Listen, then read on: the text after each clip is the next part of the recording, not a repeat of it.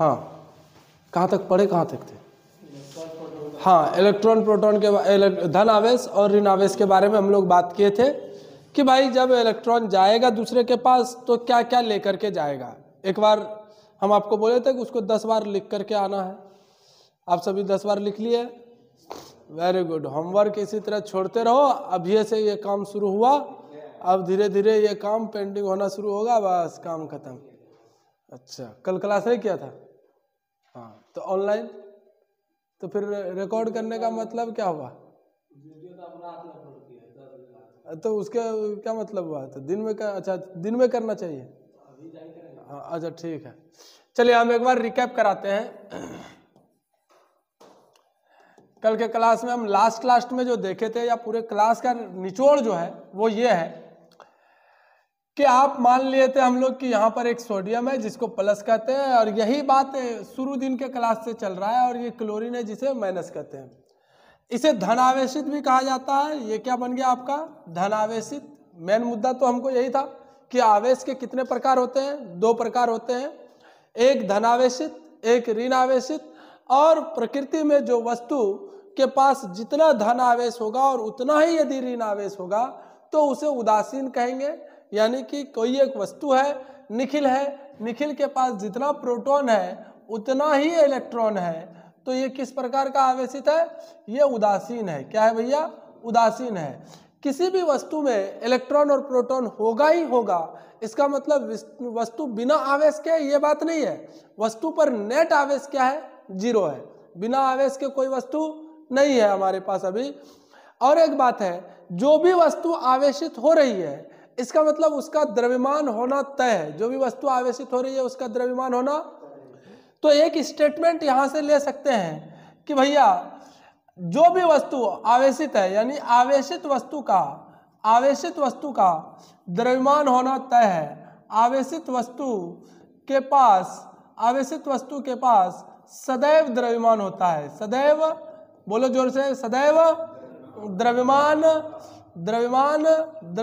होता है। लेकिन एक बात आप ध्यान में रखिए, क्या सभी द्रव्यमान वाली वस्तु के पास आवेश होता है? नहीं, सभी द्रव्यमान वाली वस्तु के पास आवेश होना ये कोई जरूरी नहीं है, लेकिन सभी आवेश वाली वस्तु के पास द्रव्यमान होना जरूरी है। बात लॉजिक समझ में आया? ये क्वेश्चन आप नोट पॉइंट पर, ये लाइन आप नोट पॉइंट में लिख लीजिएगा कि बिना द्रव्यमान के आवेश संभव ही नहीं है। इसका मतलब यह हुआ बिना द्रव्यमान के आवेश संभव नहीं है। बिना द्रव्यमान के आवेश संभव नहीं है। चलिए हम यहाँ पर आ रहे थे कल के लेक्चर पर। तो कल हमने बताया कि आवेश 2 प्रकार का होता है, एक पॉजिटिव और एक कैसा भैया? नेगेटिव, जिसे धन आवेशित कहते हैं और ऋण आवेशित कहते हैं। जब कोई वस्तु धन आवेशित होता है इसका मतलब उसमें इलेक्ट्रॉन की क्या हो जाती है? कमी हो जाती है। तीर नीचे की तरफ मतलब घटा है। अच्छा, क्या प्रोटॉन की कमी होती है? तो प्रोटॉन नियत रहता है। क्या रहता है भैया? नियत रहता है। उसके आगे हम लोग पढ़े थे कि जब कोई वस्तु इलेक्ट्रॉन देगा, इसका मतलब पहले वस्तु में जितना इलेक्ट्रॉन था उतना ही प्रोटॉन था, अब उसने इलेक्ट्रॉन दे दिया।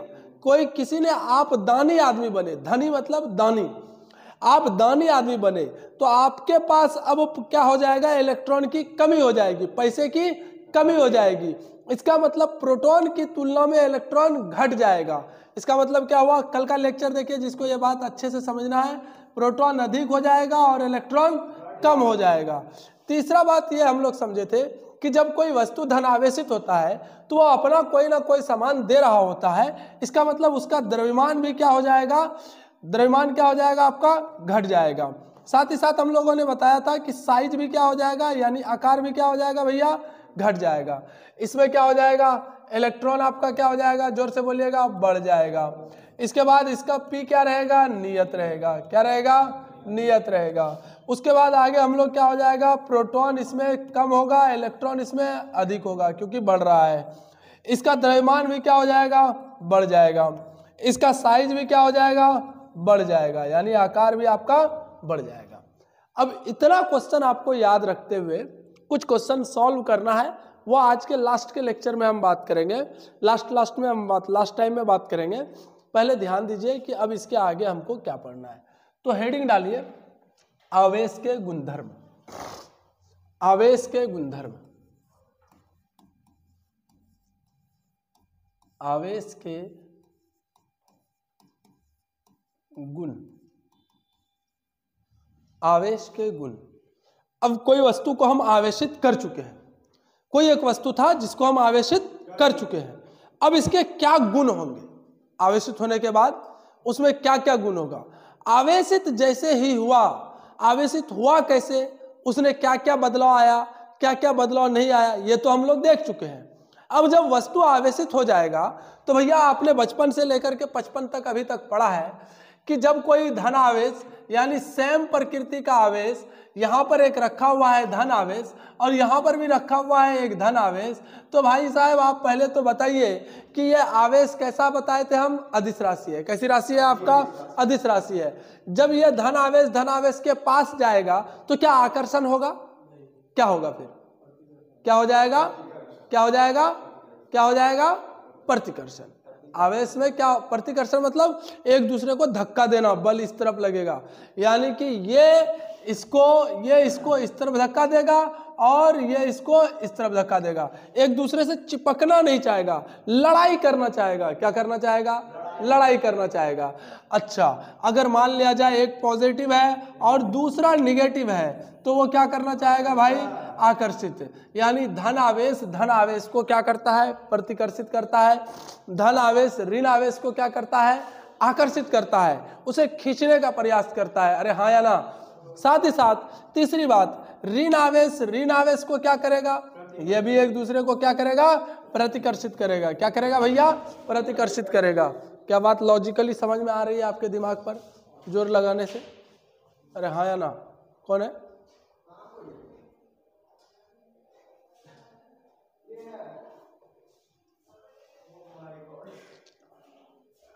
ठीक है, इसका मतलब ऋण आवेश को क्या करता है, प्रतिकर्षित करता है। धन आवेश को क्या करता है, प्रतिकर्षित करता है। पर धन ऋण को क्या करेगा, अच्छा ऋण धन को फिर क्या कर रहा होगा, यह भी आकर्षित कर रहा होगा। इस बिना पर पहला गुण हम लोगों को यह समझ में आया कि समान नेचर का, समान प्रकृति का जो आवेश होता है, यानी लड़का को क्या करेगा, आकर्षित नहीं करेगा। धन आवेश को आकर्षित, धन आवेश ऋण आवेश को क्या करेगा, ऋण आवेश धन आवेश को क्या करेगा, आकर्षित करेगा। तो पहला गुण यहां से हमको यह समझ में आया भैया। पहला गुण देखिएगा और लिखिएगा कि पहला गुण क्या है आपका। पहला गुण यह है, चलिए लिखना शुरू कीजिए। पहला गुण मुझे आया कि समान प्रकृति के आवेश, समान प्रकृति के आवेश, समान प्रकृति के आवेश एक दूसरे को, समान प्रकृति के आवेश एक दूसरे को आकर्षित या प्रतिकर्षित क्या करते हैं, एक दूसरे को प्रतिकर्षित करते हैं। क्या करते हैं, प्रतिकर्षित करते हैं। वेरी गुड, प्रतिकर्षित करते हैं। ठीक है, दूसरी बात को हम लोग देखते हैं। असमान प्रकृति का क्या हो जाएगा फिर, असमान प्रकृति के आवेश एक दूसरे को, लोग बोलो कि आवाज नहीं आनी चाहिए, एक दूसरे को आकर्षित करते हैं।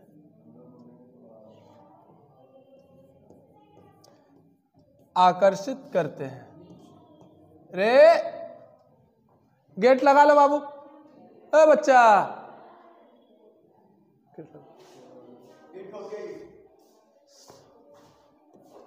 आवाज मत करिए।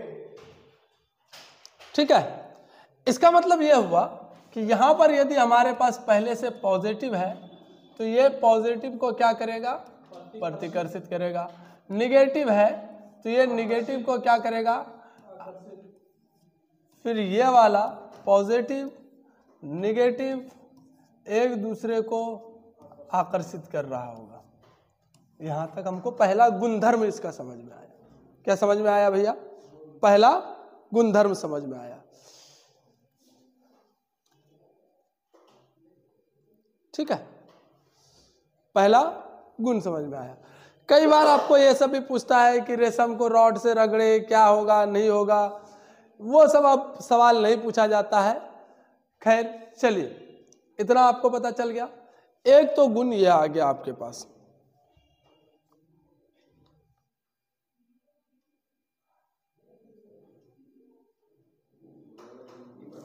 तो पहला क्वेश्चन ये है,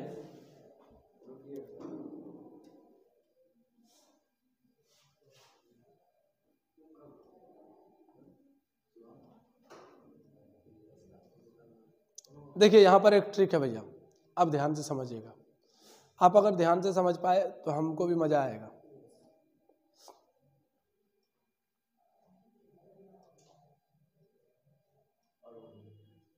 हो गया? चलिए, अब सवाल यह है, नहीं गुणधर्म खत्म नहीं हुआ। अब सवाल यह है कि क्या सिर्फ और सिर्फ हमारे पास पॉजिटिव निगेटिव को आकर्षित करेगा? पॉजिटिव निगेटिव को आकर्षित करेगा। बचपन में आप एक काम किए होंगे, एक कंघी लेते हैं, कंघी में आपका ये कंघी है, ठीक है, कंघी को आप सर पे ऐसे घिसते हैं, घिस दिए, कागज के छोटे छोटे टुकड़े करते हैं आप,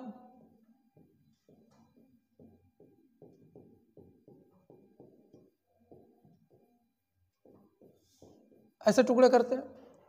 क्या होता है, जब इस कंघी को घिसने के बाद घर्षण के पश्चात आप कागज के टुकड़े के सामने लेकर जाते हैं तो यह कागज का टुकड़ा आकर्षित हो जाता है।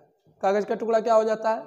अब सवाल मेरा सिंपल है भैया कि अगर यह कागज का टुकड़ा आकर्षित हो रहा है, ये यहाँ आ जा रहा है, ये चिपक जा रहा है इसमें, ये चिपक जा रहा है इसमें, अरे भाई ये चिपक जा रहा है इसमें, ये चिपक जा रहा है इसमें, ये चिपक जा रहा है इसमें, इसका मतलब कागज में भी आवेश है। लेकिन ऐसा है नहीं, क्योंकि कागज में कोई आवेश तो आपने डाला नहीं है। आपने कंघी को घर्षण के थ्रू आवेशित किया, आपने कंघी को घर्षण के थ्रू आवेशित जरूर किया, पर कागज को तो आवेशित नहीं किया ना। अगर कागज को आवेशित नहीं किया और कागज भी आकर्षित हो जा रहा है, इससे यह पता चला कि कभी कभी आवेशित वस्तुएं बिना आवेशित वस्तु को भी आकर्षित कर लेती है, बिना आवेशित वस्तु को भी आकर्षित। लेकिन कभी भी यह संभव नहीं हो सकता कि बिना आवेशित वस्तु को वो प्रतिकर्षित कर दे। बिना आवेशित वस्तु को प्रतिकर्षित नहीं कर सकता है, बिना आवेशित वस्तु को प्रतिकर्षित नहीं कर सकता है। कभी कभी क्या होता है कि आपके नहीं दोस्त होने के बाद भी आप अपने दोस्त के साथ तो आकर्षित रहते हैं, बड़े मजे से बातचीत कर रहे होते हैं। कभी कभी नॉर्मल आदमी भी जो आपका दोस्त नहीं भी होता है, वो आपके प्रभाव में, मतलब आप इतना स्मार्ट है, आप इतना अच्छा बोलते हैं कि न्यूट्रल इंसान भी, उदासीन आदमी भी आपकी ओर आकर्षित होने लगता है, होता है ना। लेकिन प्रतिकर्षित करने के लिए, लड़ाई झगड़े करने के लिए आप दोनों में सेम बात होना जरूरी है कि हम भी जमीन के लिए लड़ रहे हैं और वो भी जमीन के लिए लड़ रहा है। अरे हाँ या ना, हम भी मिठाई के लिए लड़ रहे हैं, वो भी मिठाई के लिए लड़ रहा है। यानी कोई ना कोई तो बात है आप दोनों में जिसकी वजह से आप दोनों में लड़ाई हो रहा है। लेकिन आकर्षण होने के लिए कोई एक मुद्दा का होना जरूरी नहीं है कि भाई आपकी वो महिला मित्र ही आपसे आकर्षित हो सकती है, नहीं, आपकी कोई पुरुष महिला मित्र ही आकर्षित हो सकती है, ये कोई जरूरी नहीं है। आपने कुछ इतना अच्छा स्पीच दिया, आप इतने हैंडसम हैं कि कोई महिला या कोई सुंदर कन्या आपकी ओर आकर्षित हो गई। क्या हो गया? आपकी ओर आकर्षित हो गई।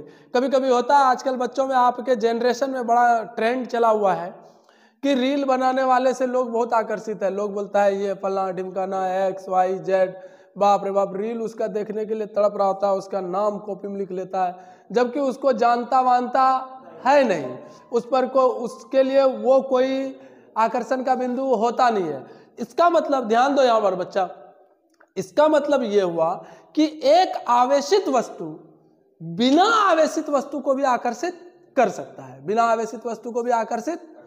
इसका निर्णय, इसका कहने का मतलब यह है, अभी थोड़ी देर बाद हम आपसे क्वेश्चन पूछेंगे, आप ध्यान दीजिए इस तरफ, मेरी बात को गौर से समझिए। एक नोट पॉइंट यहाँ से आपको हमें लिखना है कि कभी क्या होता है कि आवेशित वस्तु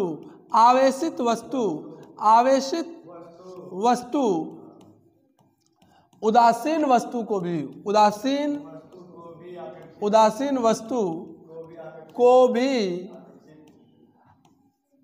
आकर्षित कर सकती है। क्या कर सकती है भैया? ये नहीं कि हमेशा करेगा ही करेगा, ये आकर्षित कर सकती है ना।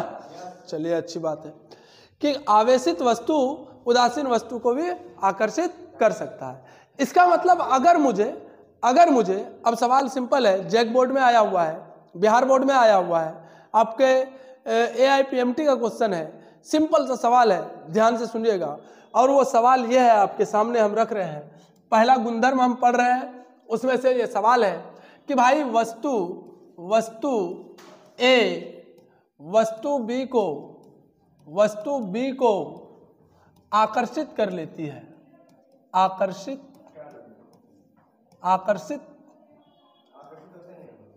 ठीक है, अट्रैक्ट करती है, तो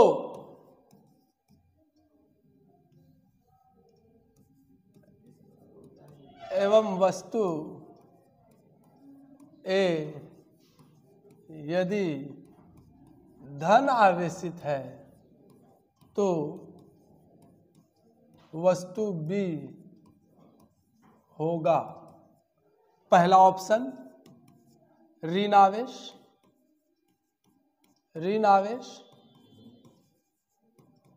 दूसरा ऑप्शन उदासीन, तीसरा ऑप्शन A एंड B, और चौथा ऑप्शन नन ऑफ दिस। क्या ऑप्शन करेक्ट है भैया? आपका कौन सा ऑप्शन करेक्ट है? C नंबर, कि भाई वो उदासीन भी हो सकता है और नेगेटिव भी हो सकता है, उदासीन भी हो सकता है और नेगेटिव भी हो सकता है, उदासीन भी हो सकता है और चलिए ये एक क्वेश्चन है। दूसरा क्वेश्चन पर ध्यान दीजिए। अब सभी वस्तुएं आवेशित है, सभी वस्तुएं क्या है?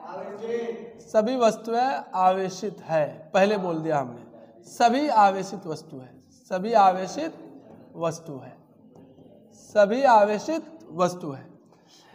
यहां पर पहला वस्तु बना हुआ है A, दूसरा वस्तु बना हुआ है B, तीसरा वस्तु बना हुआ है C।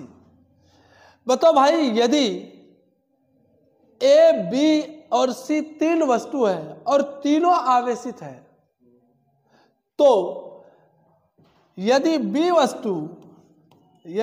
वस्तु पॉजिटिव हो एवं A तथा C के बीच प्रतिकर्षण हो तो वस्तु A तथा C पर आवेश होगा। बताइए जरा सा, हाँ कंफर्म है? पक्की बात? पहले हमने क्या पूछा कि भाई, आपको हमने ये पूछा कि सर ऐसा है कि दो वस्तु है,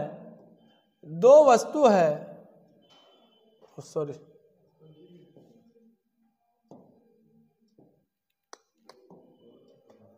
हमने आपसे पूछा कि तीन वस्तु है और तीन वस्तु में से हमने आपको बता दिया है कि B कैसा आवेशित है? आपका पॉजिटिव। अगर B पॉजिटिव है तो इसका मतलब यह है कि A और C के बीच कौन सा आवेश रहा होगा? B पॉजिटिव है तो A और C के बीच, A एंड C के बीच कहना है कि निगेटिव आवेश है। अगर मैं कहूं कि यह संभव नहीं है कि सिर्फ निगेटिव ही हो, वो पॉजिटिव भी हो सकता है ना, ऐसा हमने कब बोला? हम सवाल सिंपल सा दिया है आपको कि B पॉजिटिव है, B पॉजिटिव है, अच्छी बात है। क्या उसको A से कोई लेना देना है? अभी नहीं। क्या सी से कोई लेना देना है अभी? नहीं।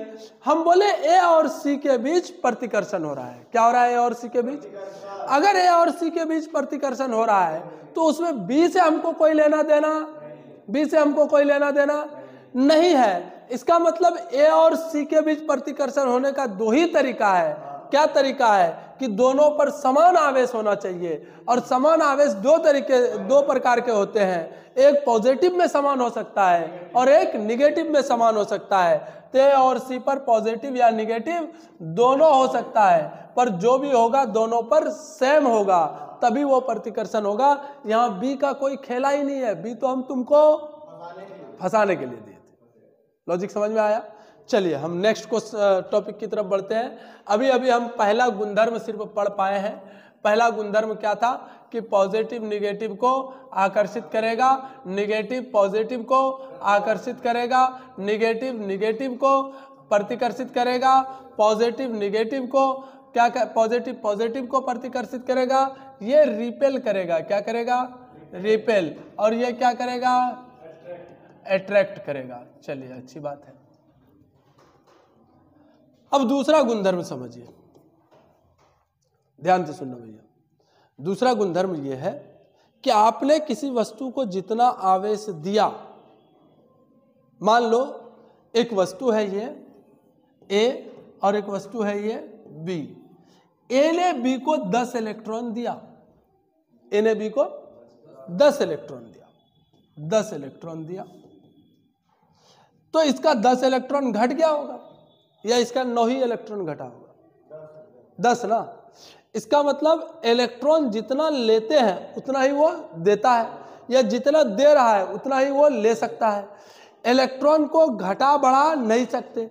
इसका मतलब इलेक्ट्रॉन को ना तो बनाया जा सकता है और ना ही खत्म किया जा सकता है, और इलेक्ट्रॉन ही जरिया है जिससे वस्तु आवेशित होती है। अरे बोलो हाँ या ना? इलेक्ट्रॉन ही वो जरिया है जिससे वस्तु आवेशित होती है। इलेक्ट्रॉन ही वो जरिया है जिससे वस्तु, अगर इलेक्ट्रॉन ही वो जरिया है जिससे वस्तु आवेशित होती है, और जितना आपने इसको इलेक्ट्रॉन दिया उतना ही वो इलेक्ट्रॉन लेगा, यानी आवेश न तो बनाया जा सकता है और न ही आवेश को नष्ट किया जा सकता है। आवेश का क्या कर सकते हैं? स्थानांतरण कर सकते हैं। क्या कर सकते हैं भैया?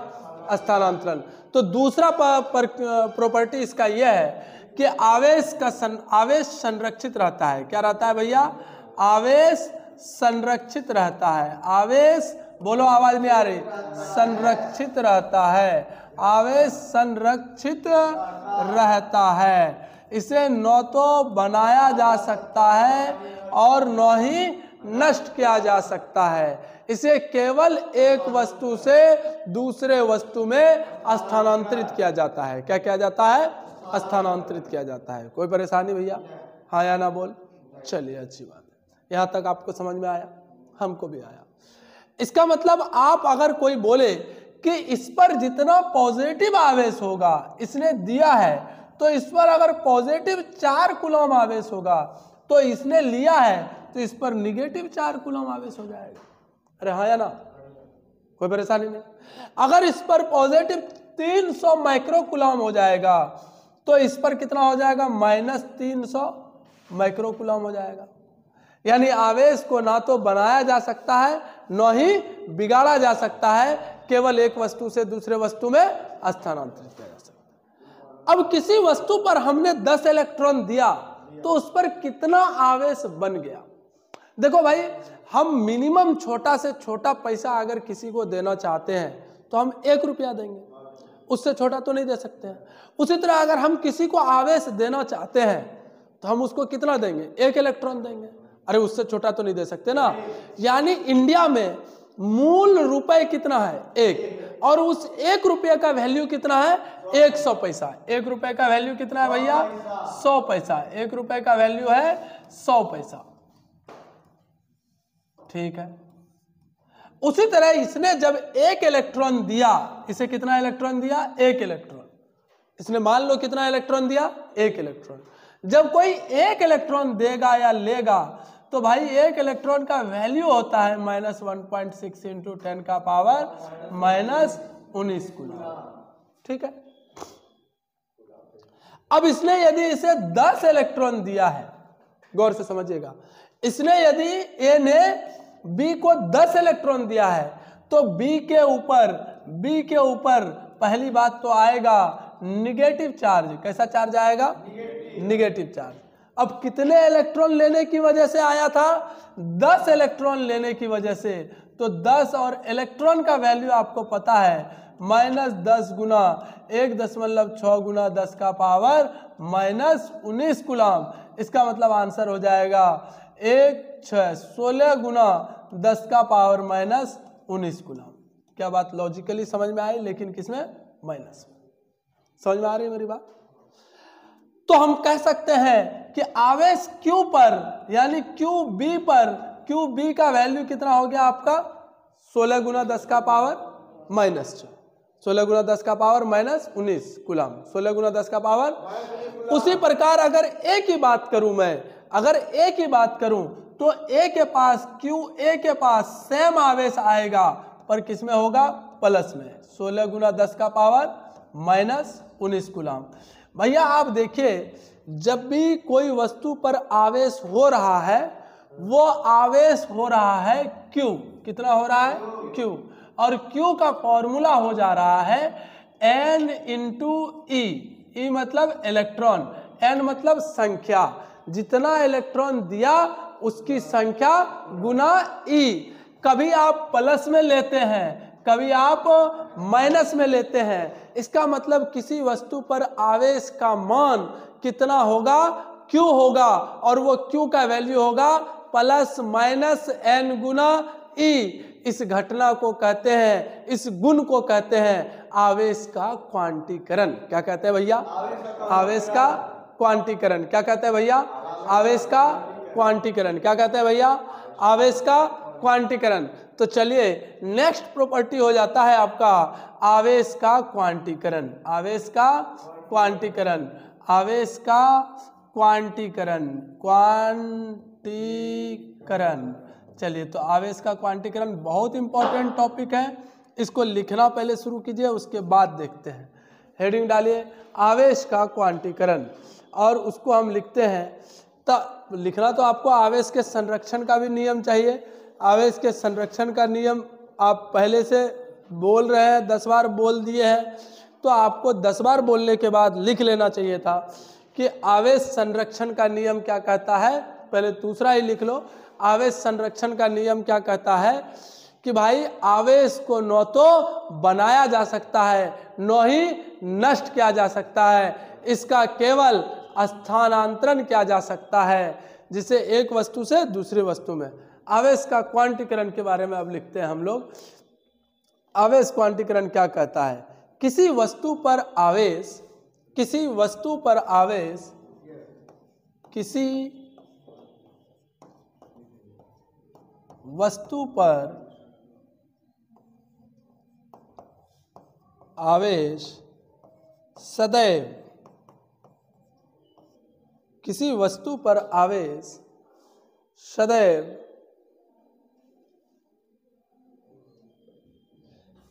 एक निश्चित मान के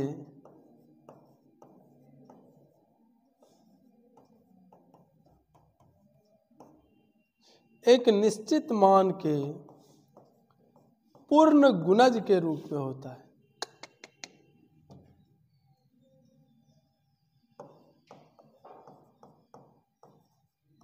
पूर्ण गुणज के रूप में, अरे वही बात है, सिर्फ हिंदी में इसको पूर्ण गुणज के रूप में होता है। इसे आवेश का क्वांटीकरण कहते हैं।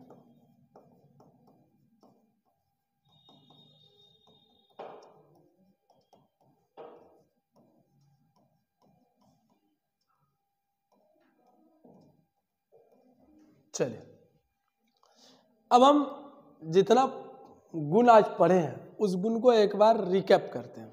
ठीक है, रिकैप करेंगे तो ज्यादा अच्छे से समझ में आएगा।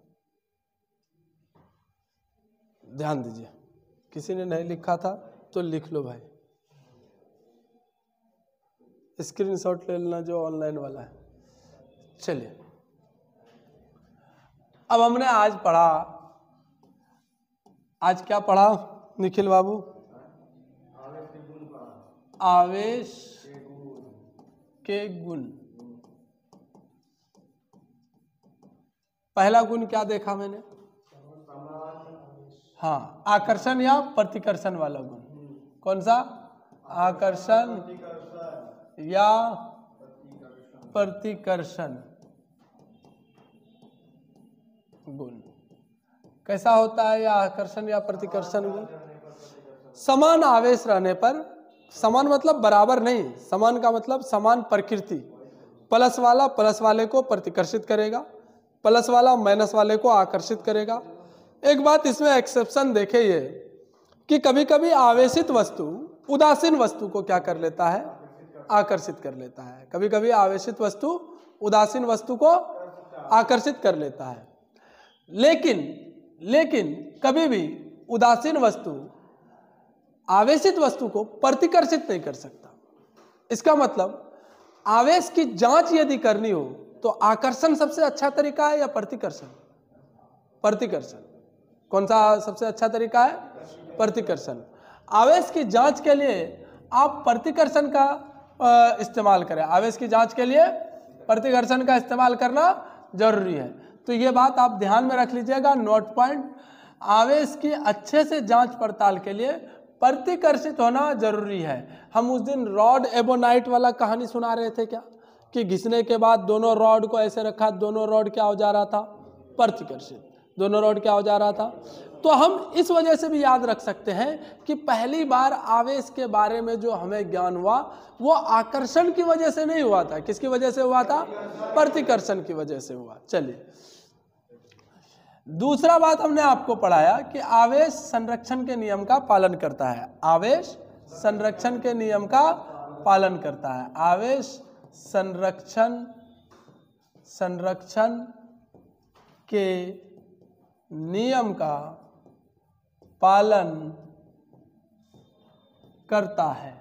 देखो भैया, एक बात जान लो, जितना भी संरक्षण का नियम है सब में एक ही बात बोलना है, ना तो निर्माण ना तो नष्ट, केवल स्थानांतरण। तीसरा पॉइंट आज हमने आपको पढ़ाया, आवेश क्वांटीकृत होता है। आवेश क्वांटीकरण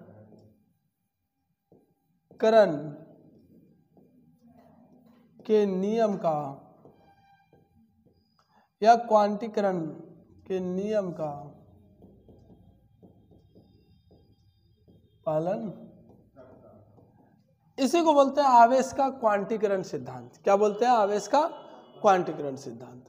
चलिए, अब आपको हम एक शो केस दिखाते हैं। एक पेन देना, लो इधर आ जाओ, एक इधर आओ उड़ के।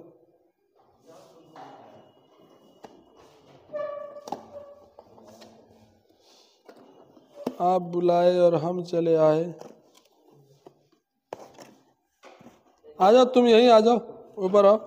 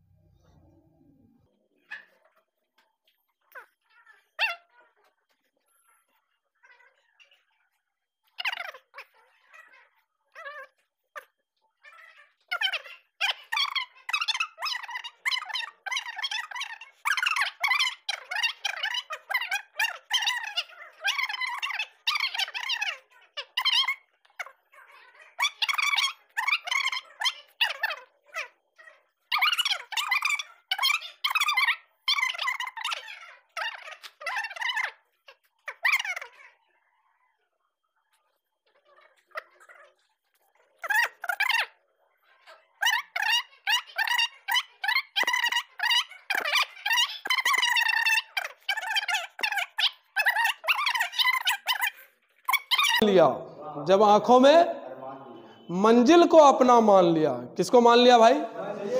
जब आंखों में अरमान लिया, मंजिल को अपना मान लिया, फिर मुश्किल क्या आसान क्या, जब ठान लिया तो ठान लिया। अब भैया एकदम आप तलब लाइए अपनी जिंदगी में कि माँ बाप के फिक्र को किसमें बदलना है? फक्र में। किसमें बदलना है? फक्र में। ऐसी तलब लाइए कि माँ बाप के फिक्र को फक्र में बदल कर रहेंगे। Thank you very much. मौज कीजिए। तब कल तक के लिए आप लोग जय हिंद, जय भारत, खुश रहो। चलिए बंद कर।